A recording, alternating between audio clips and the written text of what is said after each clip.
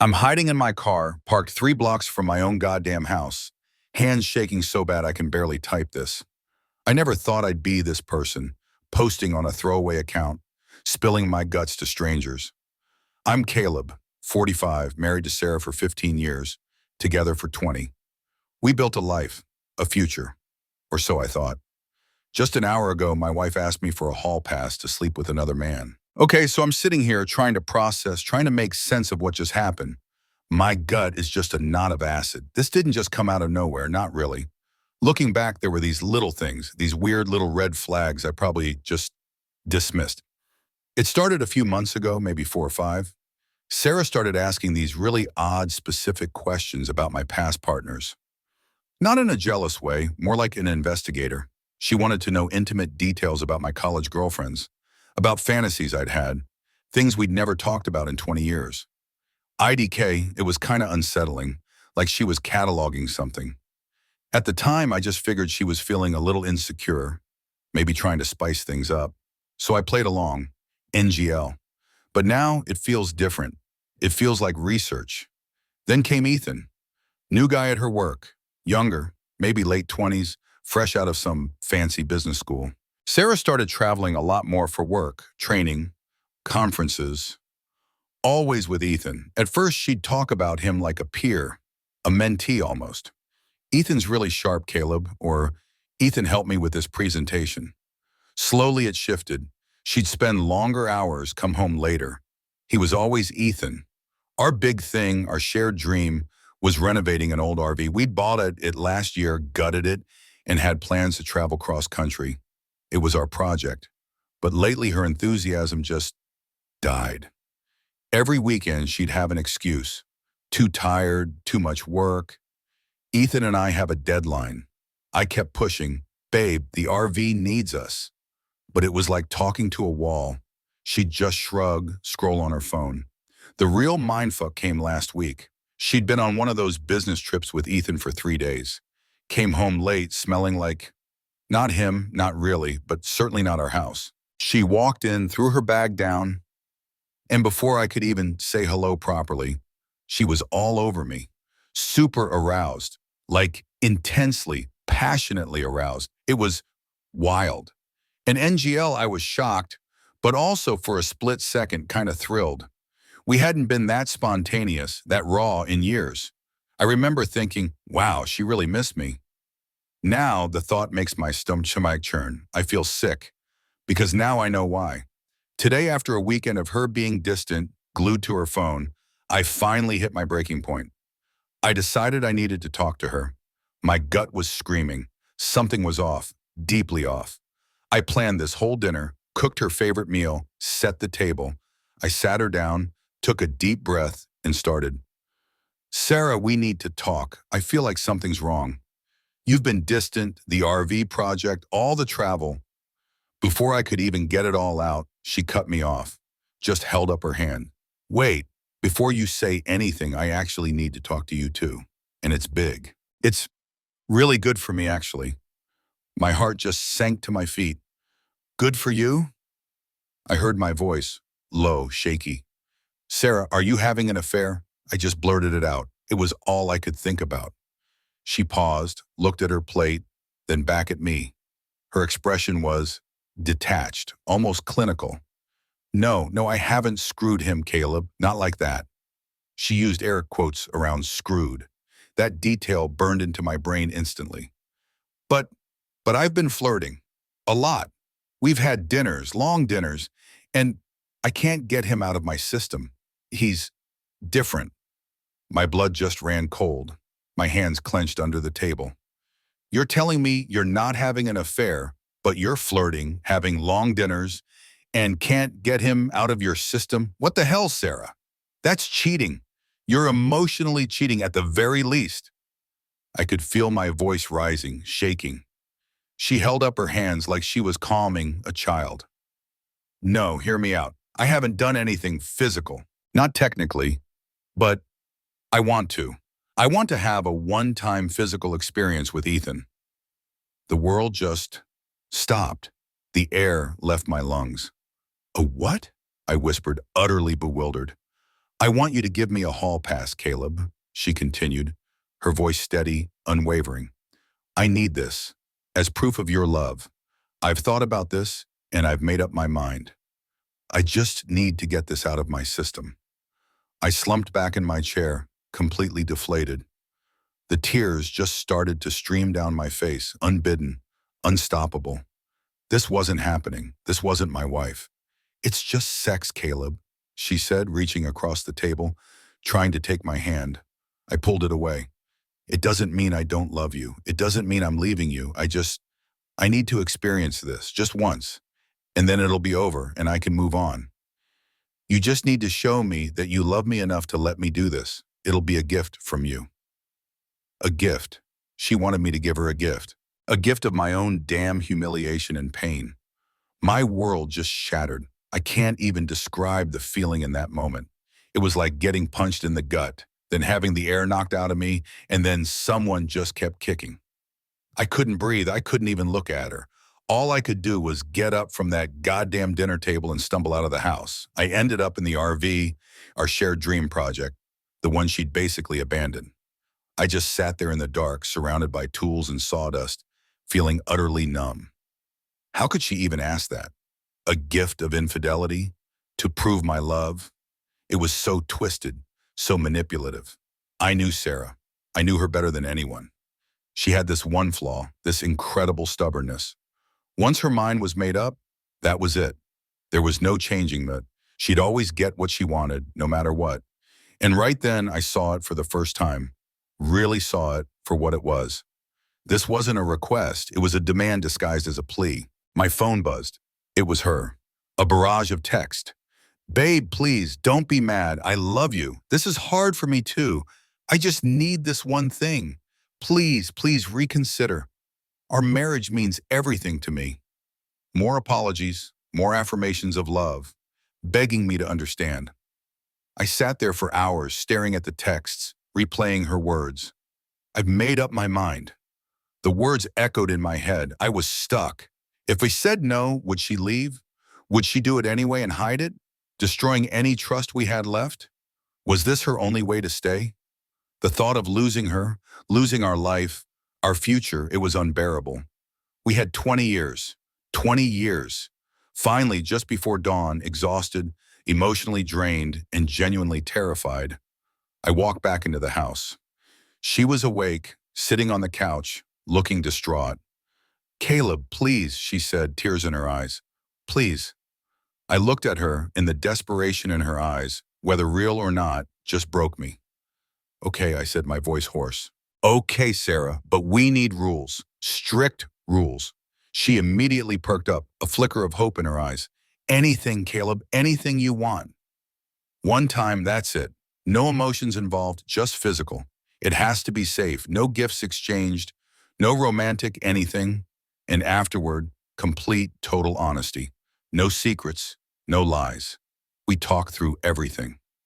I spat out the conditions, each one a desperate attempt to regain some control, to protect what little was left of my sanity. Yes, yes, Caleb, absolutely. She practically sprang off the couch, rushing to hug me. I felt nothing, just a hollow ache. Thank you, thank you, thank you. I promise you won't regret this. This is going to save us, I swear. Save us? Or destroy us? I didn't know, but I was in too deep. A few days later, she came up with an idea. Caleb, since we're having this fresh start, this new chapter, let's get new wedding rings, matching ones, a symbol of our renewed commitment. You know? NGL, a part of me thought, what the hell? But another, more desperate part latched onto it. Maybe she was serious about the renewed commitment. Maybe this was her way of trying to make amends. Okay, I said, that sounds good. So we went to the jewelry store, picked out these beautiful, simple platinum bands, and we got them sized. Mine fit perfectly. A few days later, she came home with hers. Look, she said, beaming, slipping it on. But it was on her right hand, her right ring finger. My blood ran cold. Sarah, I said, trying to keep my voice even, it's on your right hand. She looked down, then up at me, a quick, almost imperceptible flicker in her eyes. Oh, my bad. I just forgot. Gosh, I'm so silly sometimes. She laughed, a little too loud, and quickly switched it to her left hand. There. See? Perfect. I nodded, but the image of it on her right hand, her non-wedding hand, was stuck in my head. It felt wrong. It felt like a warning. Later that day, when she was out, I found myself calling the jewelry store. My heart was pounding. Hi, I'm Caleb. My wife, Sarah, just picked up her new wedding band a couple of days ago. I was just wondering, did she pick up just the one, or were there two? There was a pause on the other end. Then the cheerful voice said, "Oh yes, Mrs. Johnson, lovely choice."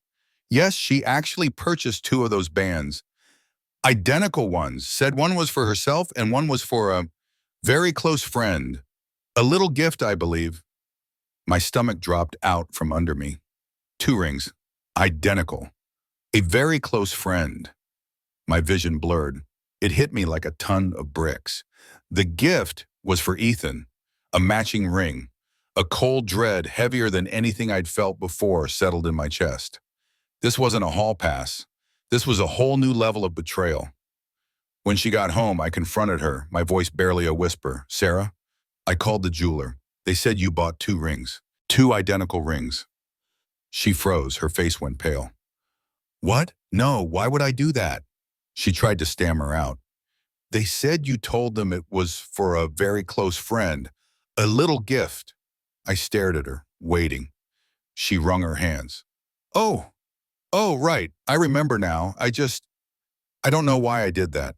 I must have been flustered. I thought, I thought maybe I'd lose one, so I bought a spare. Or maybe I was just so excited I got confused. I don't know, Caleb. It was silly. I can return it." She tried to laugh it off, but it was hollow. But I knew what she'd done. The two rings, that was it for me. That was the moment I stopped trying to rationalize, stopped trying to believe her lies. The hall pass was a setup, a twisted justification for something she already planned, something she was already doing. My mind shifted from devastation to this cold, analytical fury. I knew deep down I couldn't trust her an inch. I had to find out the truth, every ugly detail. My first move, total stealth. I created a throwaway email account, something generic, no ties to me, then fake social media profiles. It felt dirty, but necessary. I was becoming a detective in my own life, and the target was my wife. First stop, Ethan. I found his LinkedIn profile pretty easily, and there it was, glaring at me like a neon sign. His location. He lived in our city, not some distant corporate office, not some travel buddy from out of town, right here. And his age? Not younger coworker in a vague sense. 35, a decade younger than Sarah, but not so young that it raised immediate red flags to her friends. A perfect age, actually. So, Sarah had lied. Again. Then, a few days after she picked up the two rings, Sarah came home from another work trip. She was tired, said she just wanted to crash. She left her briefcases in the car, which was unusual. Usually, she'd bring them straight in. NGL, my heart was pounding as I walked out to the garage pretending to grab something. I accidentally bumped one of the cases, and a small rectangular plastic card slid out.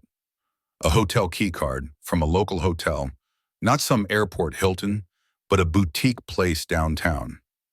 My stomach churned. A local hotel? For a work trip with Ethan? That made zero sense. I went inside, immediately pulled up the hotel's website, scrolled through their booking options. No corporate rates listed for Sarah's company. None. Just standard rooms, fancy suites. Another red flag, bright as day. They weren't on a work trip. They were on a date, right here in our city. Around this time, I also realized something else was missing. Sarah's original wedding ring, the one she'd worn for 15 years, the one that was supposed to symbolize our actual long-term commitment. It was just gone. "Hey, babe," I tried to casually ask her one evening. "Have you seen your old wedding ring? I haven't seen you wear it in a while." She looked up from her phone, a slight flush on her cheeks. "Oh, yeah, I must have lost it. Probably at the gym, I guess. I took it off before my workout and must have left it in the locker room. I'm so bummed about it." She sounded convincing. Too convincing, maybe. like she'd rehearsed it. I just nodded, pretending to believe her. Oh, that sucks, babe. Are you sure? Maybe it'll turn up. But inside, my mind was racing. Lost at the gym, huh? Or strategically removed before she started wearing the other new ring to meet Ethan? My next move was bold, risky even. But I needed more than just gut feelings. I needed proof. I downloaded our joint cell phone bill. It was a thick PDF. I spent hours late at night poring over it, line by line. Most of the numbers were familiar. Her mom, her sister, colleagues. But then I saw it, a number, repeatedly. Dozens of calls, text messages, not just during work hours, but late evenings, weekends, a lot of back and forth. I typed the number into my hidden search engine, cross-referenced it with Ethan's LinkedIn profile, with what little I could find online. My heart pounded when the match came up. It was Ethan's private cell number, not his work number, not a general office line, his personal number. This was no work colleague. This was something else entirely, something intimate. The evidence was mounting piece by agonizing piece. I felt sick, but also a strange sense of clarity. I wasn't crazy. My gut wasn't wrong. She was lying, and she was doing it constantly. I knew what I had to do next. The thought of it made me feel like a cliche, but I didn't care. I needed professional help. I started researching private investigators, looked up local ones, read reviews. It took a few days, a few phone calls to different PIs, testing the waters, feeling them out. I settled on a guy named Gary. He sounded no nonsense, experienced. We met for coffee, me looking over my shoulder, feeling like a spy novel character. I told him what I suspected, showed him the few crumbs of evidence I had. He listened, nodding, totally poker-faced. Sounds like you might have a case, Caleb. I'll need some up front, and then we'll see what we can find. I emptied my savings for the retainer. While Gary was getting ready to work his magic, I decided to take matters into my own hands too. The RV, our sanctuary. Now it felt like a potential trap. I bought tiny, discreet cameras online, installed them strategically inside the RV, hidden in plain sight, powered by battery packs. I wanted to see what Sarah did when she thought she was alone in our space. And finally, to keep track of everything, every detail, every lead, every new piece of evidence, I started a hidden journal, a small notebook, tucked away in my sock drawer. Every evening, I'd meticulously write down what I discovered, what she said, what I saw. It was a desperate attempt to hold on to reality, to not let her gaslighting make me doubt my own mind. This was just the beginning. The first PI report from Gary landed in my inbox a week later. My hands were shaking so bad I almost dropped my coffee. I opened the file. Photos, dozens of them. Sarah and Ethan, laughing, touching, hands on each other's backs, lingering hugs. Not just meeting, but looking deep into each other's eyes, their bodies angled towards each other in that undeniable, intimate way. Coffee shops, restaurants, walking hand in hand through a park. Not colleagues, not friends. This was a full-blown relationship. The knot in my stomach tightened into a painful ball. Gary's report also confirmed Ethan's address, a swanky apartment downtown, just blocks from that boutique hotel where I found the key card. Convenient, wasn't it? Everything was starting to fit together, forming this monstrous picture of betrayal. Around this time, I noticed Sarah had a new accessory, a smaller, sleeker briefcase. She started taking it everywhere, not just to work, but to her gym nights, even when we went out for casual dinners. It felt off. One evening I saw her, quick as a flash, pull out a second phone from that briefcase.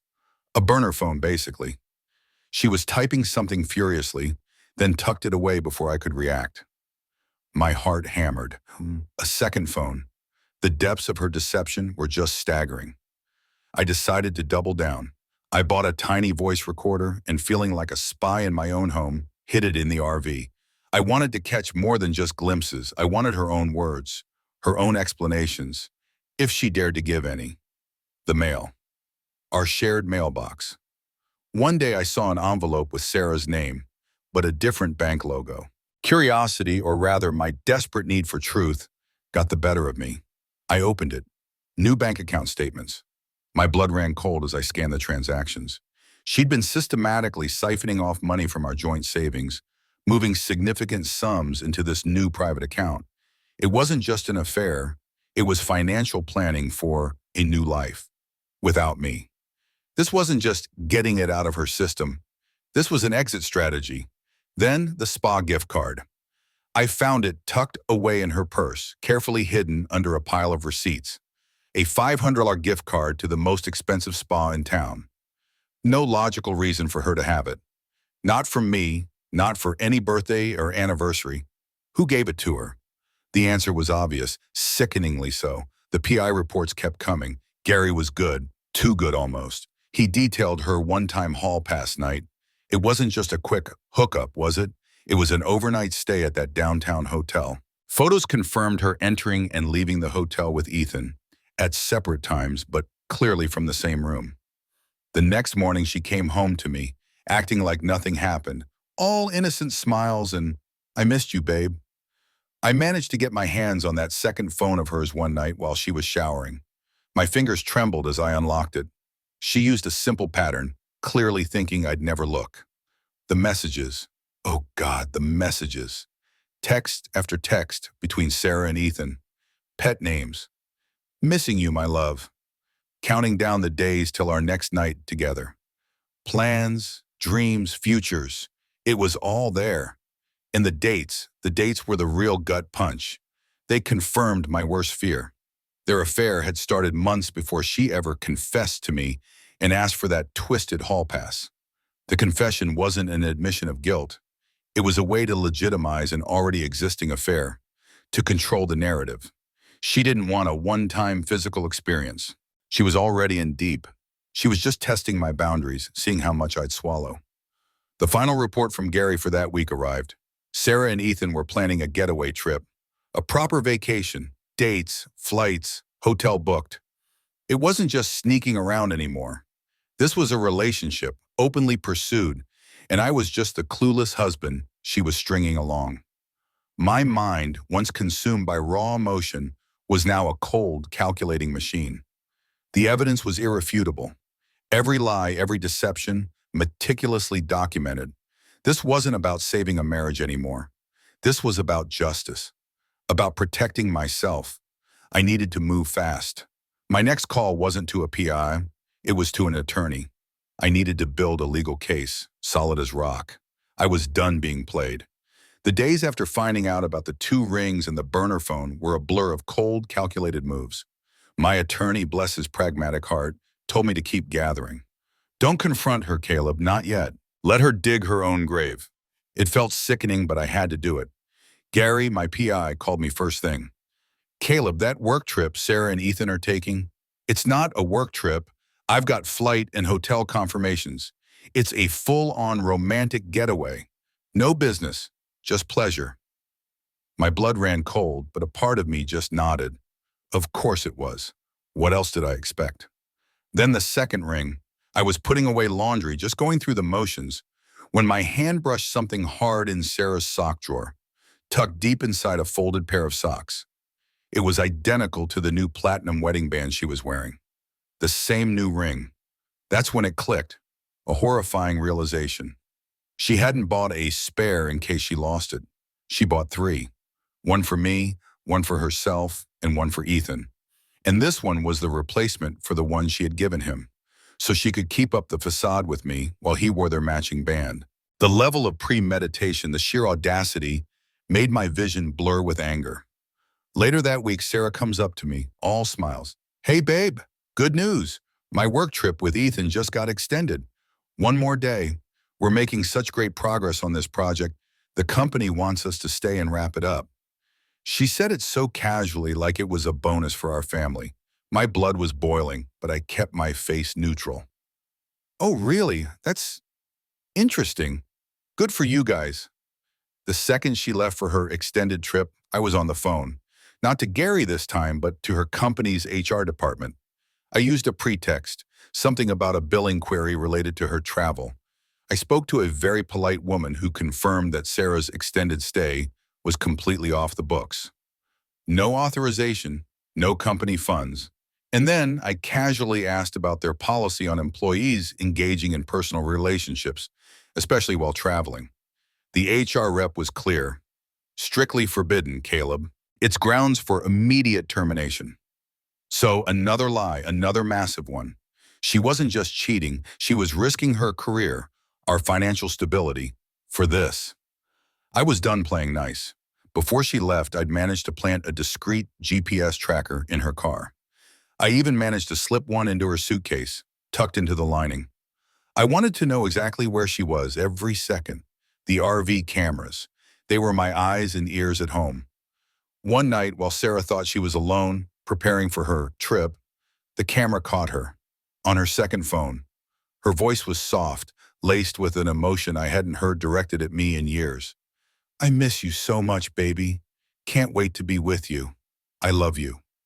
She was talking to Ethan. Right there in our RV, the symbol of our future. It was like a knife twisting in my chest.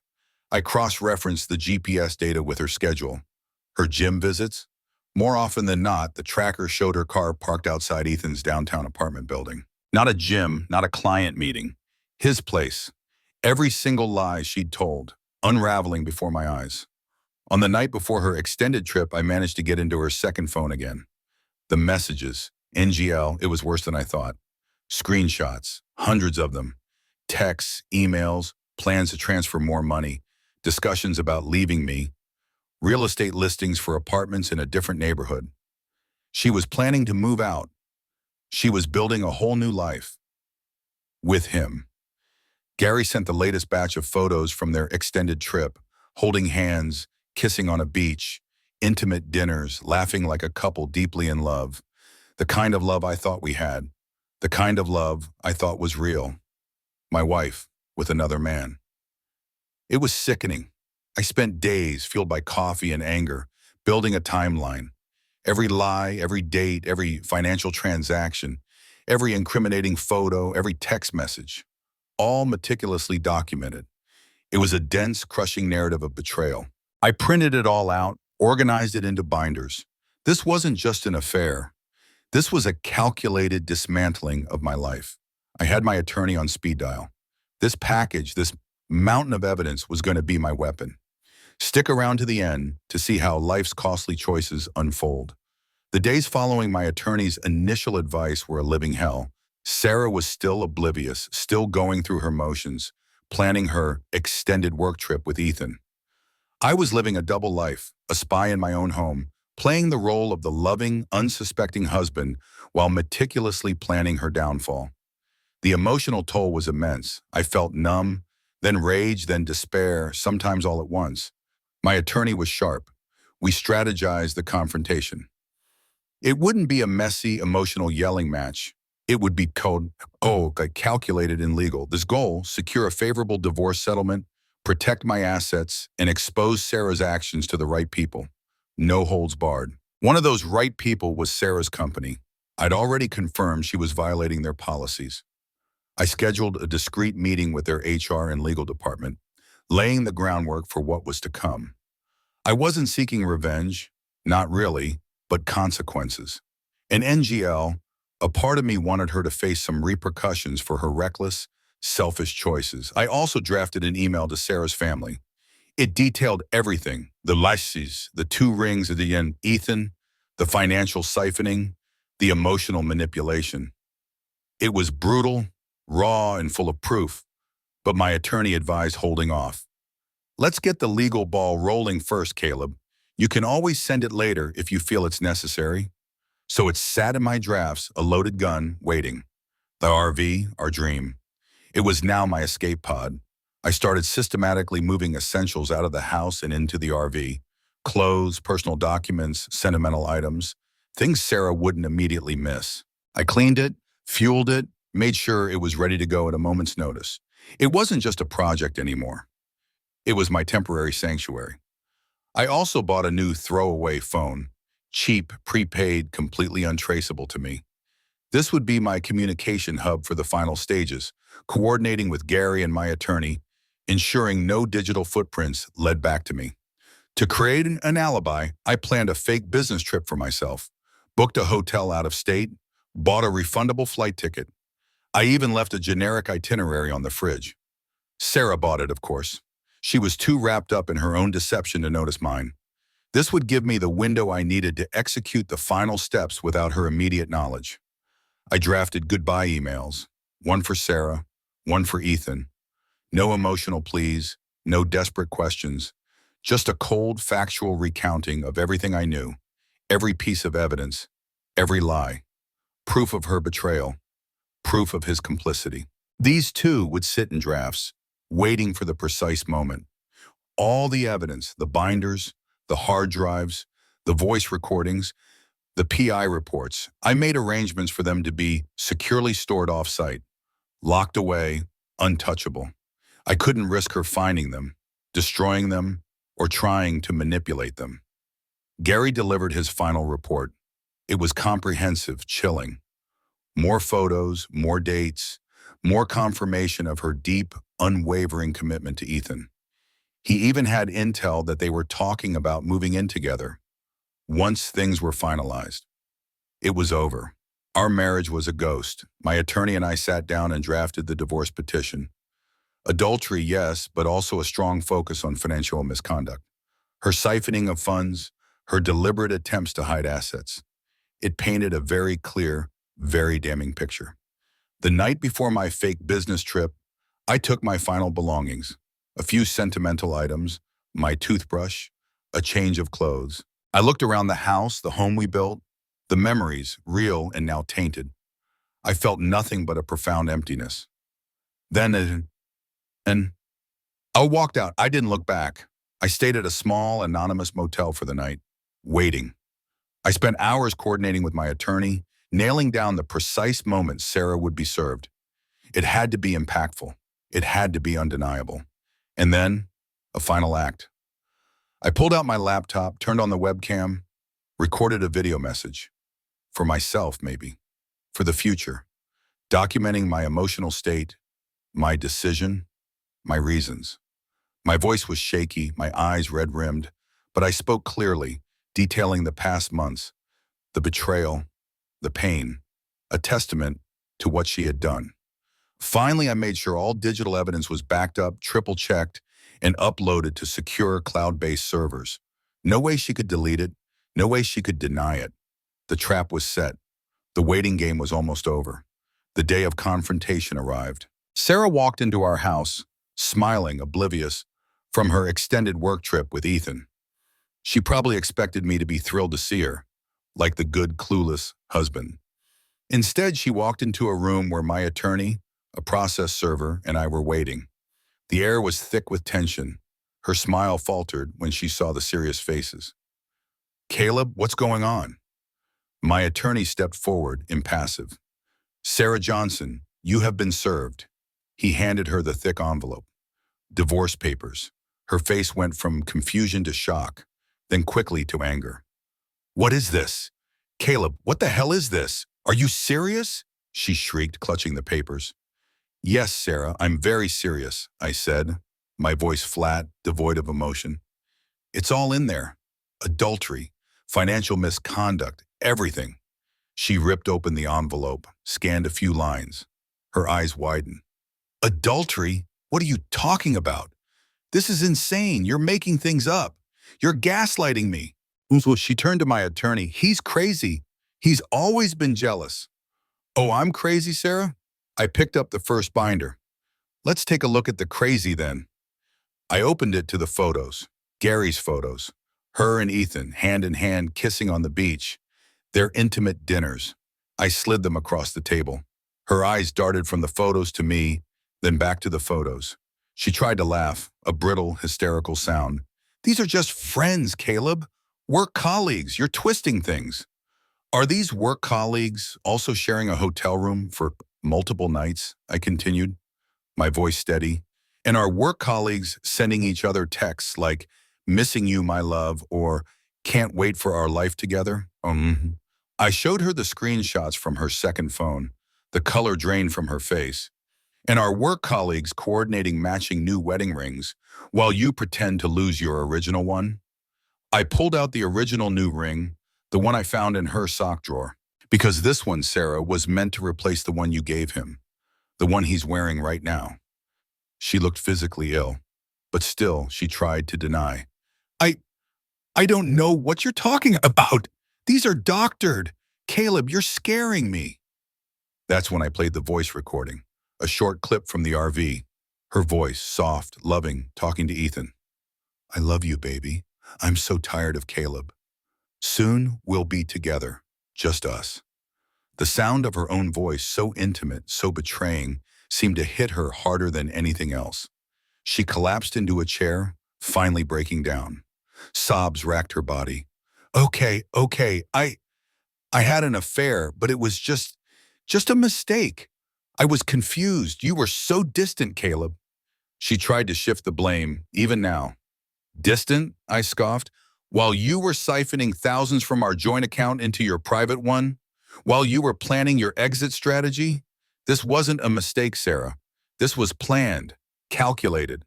I showed her the bank statements, the transfer details.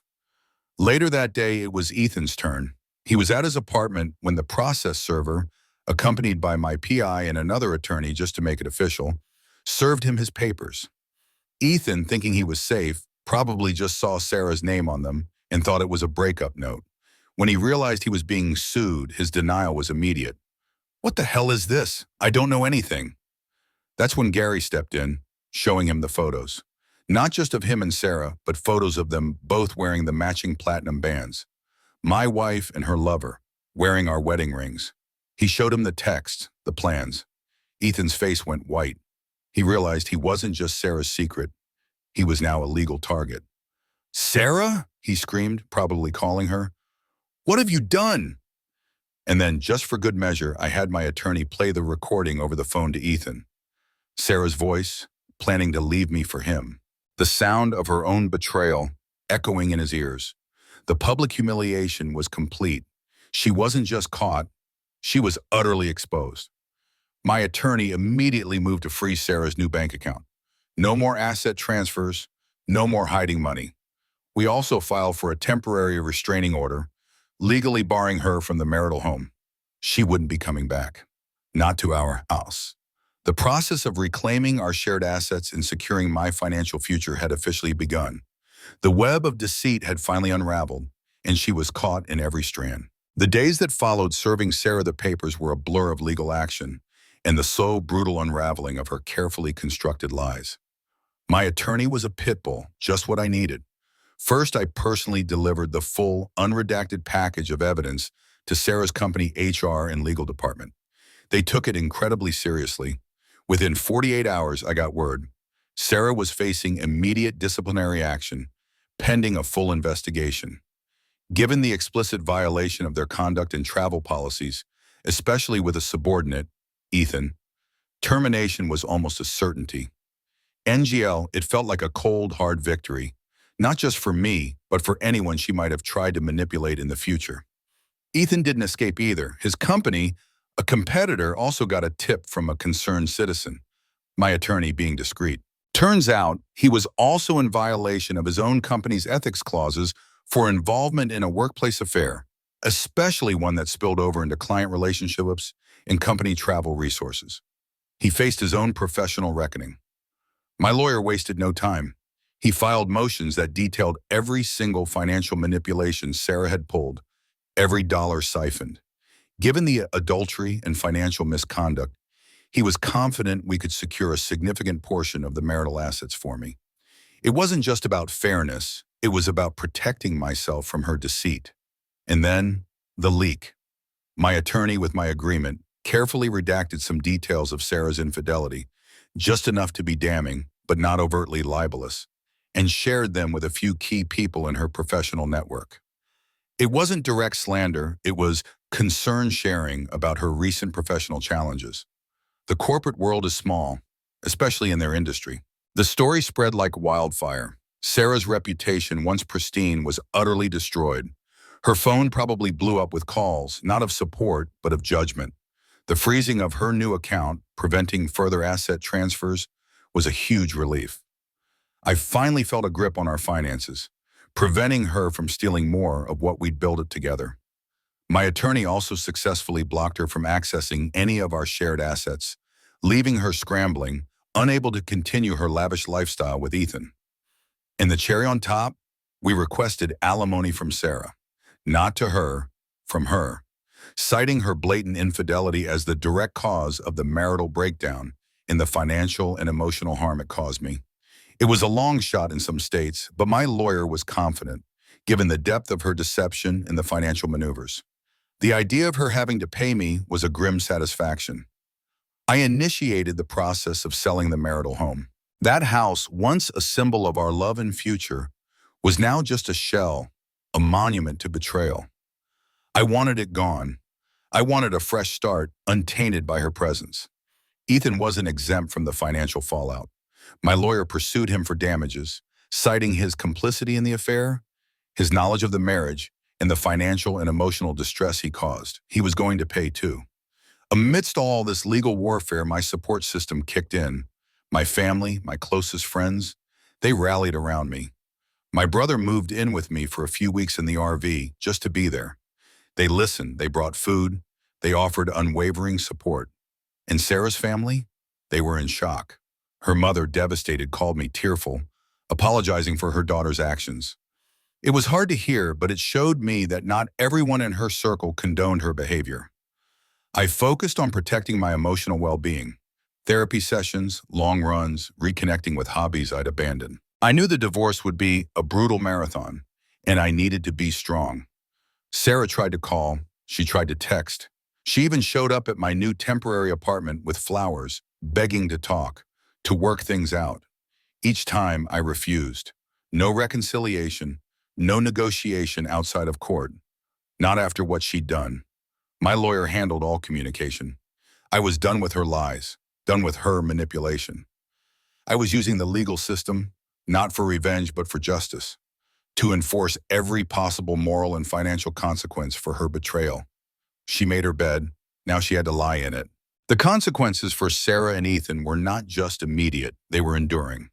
Sarah's career as a CPA, once the cornerstone of her professional identity, was irrevocably shattered. Her license, after a grueling ethical review, was eventually revoked, ending any future prospects in her field. The financial stability she once took for granted vanished, leaving her to face a mountain of debt from legal fees and her own irresponsible spending. Ethan, too, found himself professionally blacklisted, his ambition to climb the corporate ladder permanently derailed. The industry, small and unforgiving, effectively erased him. I, on the other hand, rebuilt. The RV became my sanctuary, a symbol of freedom rather than betrayal. The divorce, though painful, ultimately granted me peace and financial security. Sarah's hall pass wasn't an isolated incident. It was the catalyst for a systemic dismantling of her life, a consequence of her profound and calculated deceit. She wanted a one-time physical experience, but initiated a chain reaction that obliterated her future. The cold realism of the legal system, coupled with the slow burn of